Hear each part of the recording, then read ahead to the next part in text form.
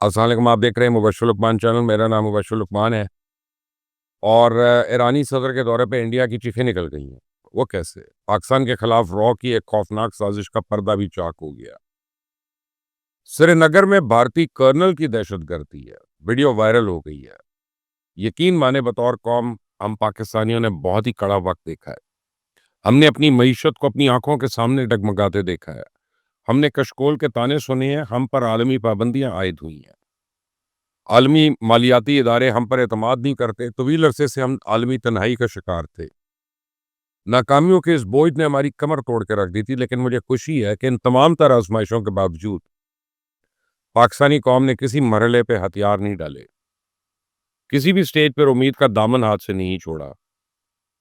पाकिस्तानी कौम की साबित कदमी का इससे बड़ा सबूत और कोई नहीं है कि हम आज भी दहशतगर्दी और महंगाई के खात्मे के लिए बैक वक्त लड़ रहे हैं, अपना खून पसीना एक साथ बहा रहे हैं। अल्हम्दुलिल्लाह हमारी नीयत साफ थी और आज अल्लाह हमें इस नेक नियति का अजर भी दे रहा है।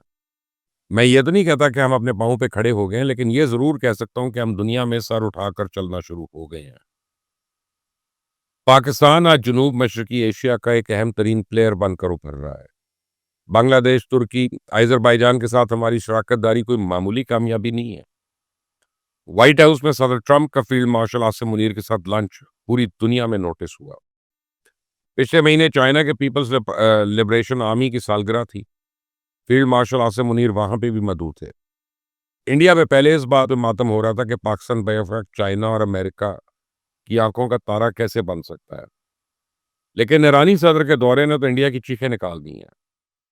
सुने जरा गोदी मीडिया किस तरह अपना सर पीट रहा है। पानी बरस रही है। ट्रंप ने टैरिफ में 10% की पाकिस्तान को रियायत दी है, तब जबकि ईरान को लेकर वो इतने सख्त रहते हैं दूसरे देशों के लिए। पर जुर्माना लगाया है और उधर पाकिस्तान के साथ ये लोग तेल की डील कर रहे हैं। ट्रंप भारत को बोल रहे हैं कि डूब मरो, ट्रंप भारत को कह रहे हैं कि व्यापार बंद करो। अमेरिका को अचानक से पाकिस्तान में एक बार फिर दिलचस्पी होने लगी है। पाकिस्तान एक बार फिर न जाने क्यों डोनाल्ड ट्रंप को बहुत अच्छा लगने लगा है। जिस दिन प्रेसिडेंट ट्रंप ने पाकिस्तान के साथ ट्रेड डील फाइनल की और पाकिस्तान में सरमायाकारी का ऐलान किया, उसी दिन रॉ ने पाक अमेरिका ताल्लुकात में दरार डालने के लिए साजिशें शुरू कर दी थी। आप अपनी स्क्रीन पे ये ट्वीट देखें, ये रॉ के एक कीबोर्ड वॉरियर है। ट्रंप की जानिब से पाकिस्तान में सरमायाकारी के ऐलान पे ये कमीना कह रहा है कि पहले पाकिस्तान में चाइनीज वर्कर्स गैर महफूज थे, अब अमेरिकन भी पाकिस्तान की मेहमान नवाजी का मजा चख लेंगे। मैंने एक्स पे जो ही ये पोस्ट पढ़ी, मेरा माथा ठनक गया। मुझे फौरन शक हुआ कि रॉ ने किसी नई साजिश के ताने बाने शुरू कर दी हैं। तो मेरा ये शक उस वक्त यकीन में बदल गया जब मैंने गल्फ न्यूज़ में खबर पढ़ी, जिसमें बताया गया कि अमेरिकन हुकूमत ने कराची विजिट करने वाले अपने सरकारी एहलकारों को 5 स्टार होटल्स और यानी भीड़ वाली जगहों पर जाने की या ना जाने की हिदायत की है। कमाल यह है कि लक्ष्मी पाथरीन नामी जिस खातून ने खबर दी वो एक इंडियन है और एक खातून गल्फ न्यूज़ में असिस्टेंट एडिटर के ओहदे पे फाइज है। आप देखें कि रॉ ने अपने एहसासे कहाँ कहाँ छुपा के रखे हैं। अब गल्फ न्यूज़ की इस नाम नेहाद रिपोर्ट पर इंडियन मीडिया दावा कर रहा है कि कराची में अमेरिकन काउंसलेट ने थ्रेट रिपोर्ट मिलने पर स्टाफ को एहतियाती तदाबीर इख्तियार करने की हिदायत कर दी है। अब इस कदर घटिया साजिश का मास्टरमाइंड तो अजीत डोवाल के सिवा और कौन हो सकता है। इन लोगों ने ऑपरेशन सिंदूर के दौरान भी इसी तरह के खौफ व हरास की फिजा कायम करने की कोशिश की थी और गोदी मीडिया ने तो लाहौर कराची के करीब फतह के दावे भी कर दिए थे और फिर ये वही कमीनगी कर रहे हैं। इन नलायकों को यह तक मालूम नहीं है कि इंफॉर्मेशन वॉरफेयर लड़ी कैसे जाती है।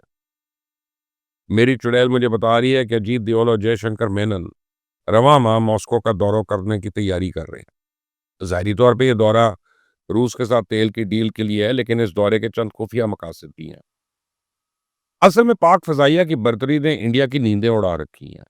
अब ये लोग जैसे JF-17 थंडर और J-10C का तोड़ ढूंढने के लिए रशिया जा रही है, तो मैं दावे से कहता हूं कि अजीत डोवाल और जयशंकर मेनन सदर प्यूटन से SU-57 स्टेल्थ तैयारे और नए S-400 या S-500 सिस्टम्स की भीख भी मांगेंगे।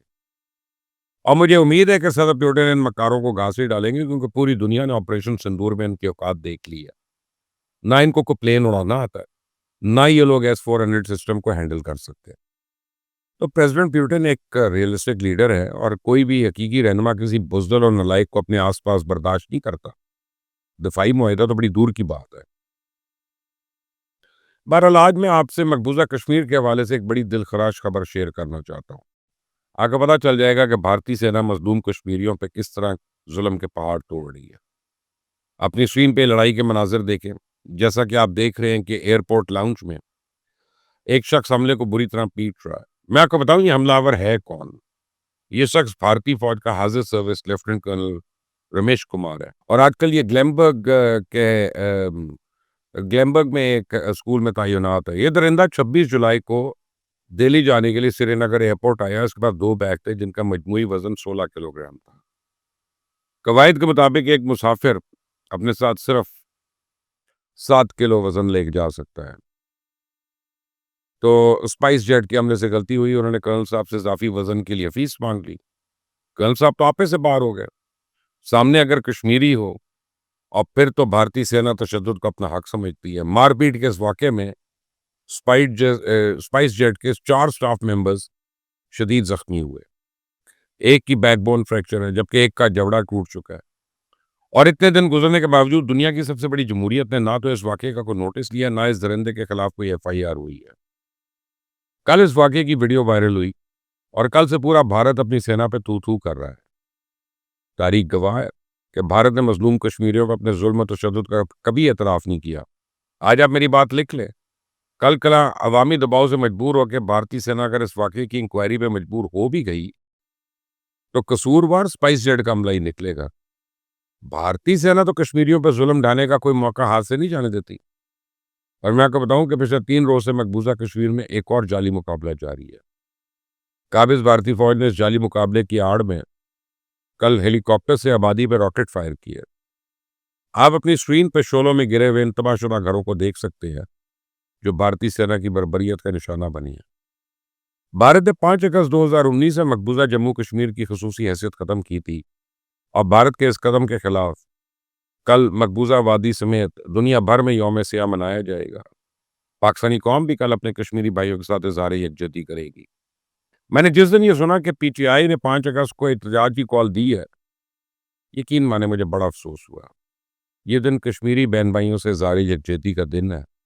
ये तो एक होने का दिन है और इस दिन तो हमें मोहतात होना चाहिए ना।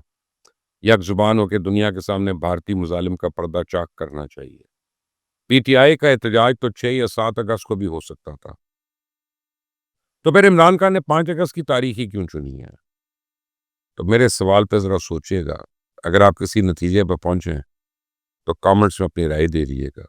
इस चैनल को सब्सक्राइब करिएगा, बेल आइकॉन को प्रेस करना मत भूलिएगा। Until the next time, Allah Hafiz.